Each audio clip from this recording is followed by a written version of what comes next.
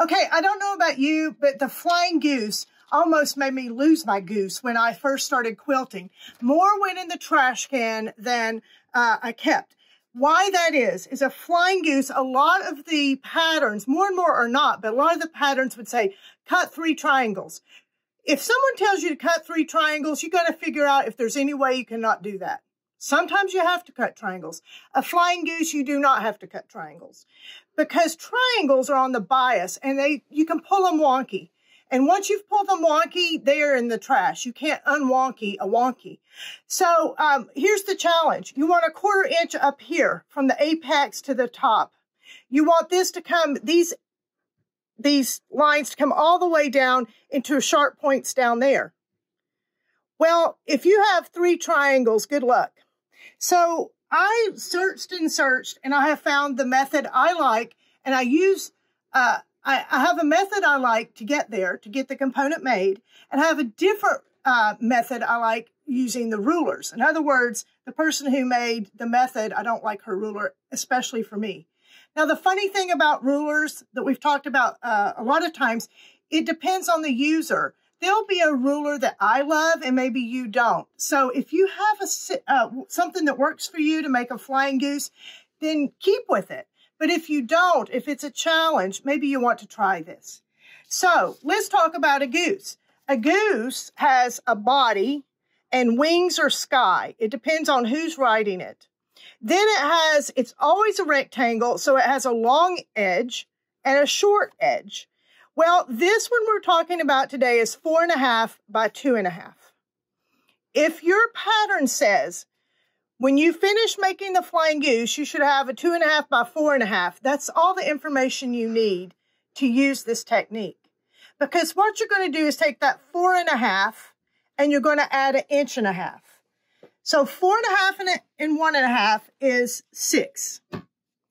Then you're going to take that dimension, 6 inches, and you're going to add 1.5 inches again. And that would be 7.5.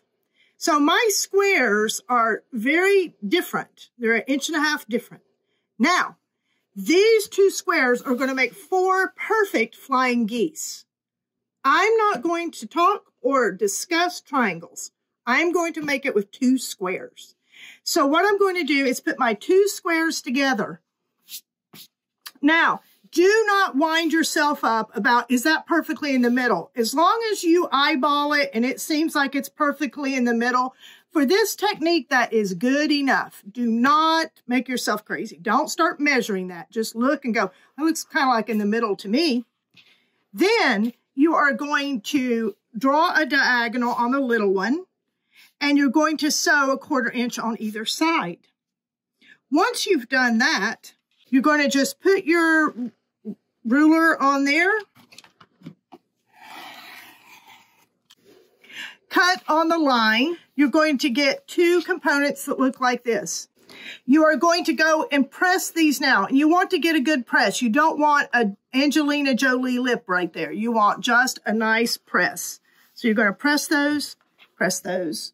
Then you're going to take those components once you've pressed them, and you are going to put them, let me just press it with my finger. Debbie taught me how to do this, but I really, if I was at home, I would still press them with my iron. All right, so then you're going to put the opposite sides together. You're not going to nest these. Don't think that they're going to nest. So you're not going to try to nest those. There's actually a good 1.5 inches in between them. And that is exactly as it should be. And then we are going to put those 2 together. And let me show you again how they're laying.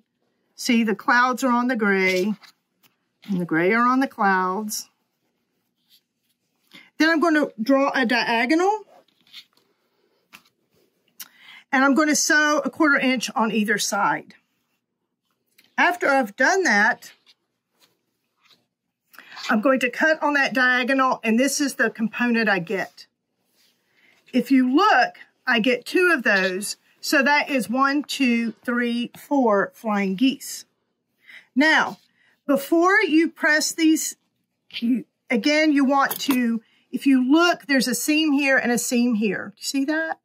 Somewhere in the middle there. And again, just sort of in the middle. Don't worry about if it's exact. You're going to want to cut to the sewing line like that. Then you will take it to your pressing. You'll open that up and you want to press this seam that way and this seam that way. That keeps you from having extra bulk and makes the component lay flat. Once you've done that, again, I'll finger press it, but you would want to really press these with an iron. It's time to use your ruler. Now, I want to show you, this technique, using the 2 squares, is Eleanor Burns. Her rulers will have that technique in it. The ruler she has with that technique, and actually it has a nice pattern book in it too, is called Calling All Geese. So what you would do is, it is a slotted ruler. So first, you're going to bring up and put your apex right there on the top line, and this makes your 1/4 inch up top. You always want to do this cut first. If you try to start cutting it this way, you're going to cut into your other goose. So you want to use your top 1/4 inch first. And then, let me do that.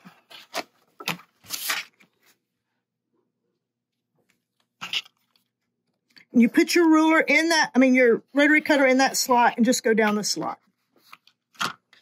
Then we wanted 2.5 by 4.5. Now this is Eleanor, on her rulers, she puts finished. A finished goose means it's sewn into your quilt, your top. So she puts that measurement. To figure out a component size, you have to add a 1/2 inch to each one. So that's 2.5 by 4.5, which is exactly what we're trying to make today. So we are going to go to 2 by 4 finished goose. We're going to put the green line in the apex, line up sides of our goose.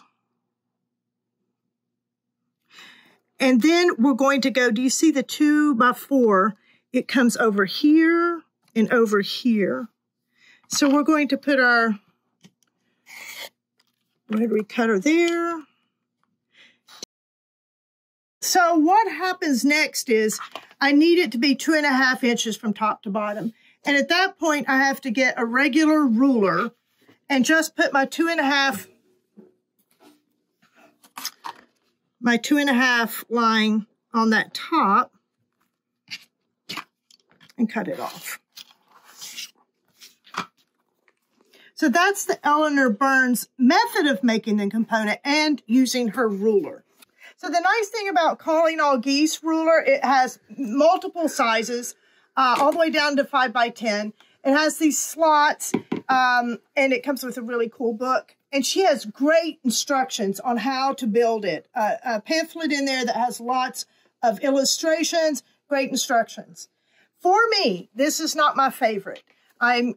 Slots and I are not friends, and I end up chewing them with my ruler. You'll see some notches. Once you've chewed it, it's kind of making it not accurate. It's not my favorite. The technique, the 2 squares that she used, is my favorite. And so you can do that with just simple math. Add 1.5 inches, add 1.5 inches. So the same component, Deb Tucker also has some cut down rulers. And this is my preferred one, is Wing Clipper 1 and Wing Clipper 2. Wing Clipper 1 has most of the sizes you'll need, up to 5.5. Wing Clipper 2 adds some more sizes within that span. So I use Wing Clipper 1, and let me show you how to use that. So you take the component, same component. I'm doing a 4.5 by 2.5. See that there? So I'm going to take my 4.5, and you see the bottom, I'm going to bring up that 4.5 and 2.5 till it's squared up. And then do you see the X marks the spot up here? I want to work that and toggle it a little bit until it's all lined up at the 3 points. So there we go. So do you see how the 4.5 and 2.5 go to those little edges? And then the X marks the spot is in the 1/4 inch. So I'll cut these 2 sides off and then rotate the ruler and cut the other 2 sides off.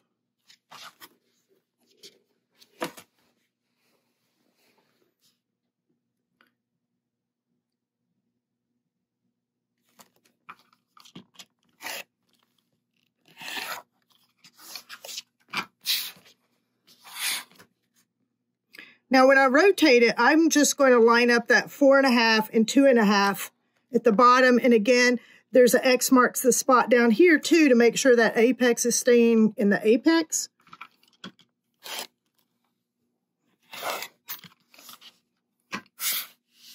And there you have a 1/4 inch here, and see it goes down to fine points there. A perfect flying goose.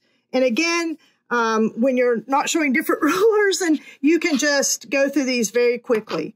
So when it says make 40 flying geese, you make 10 of these and you have 10 sets and you have 40, 80. So when it asks for a lot of a component, these guys make it easy to mass produce lots of components.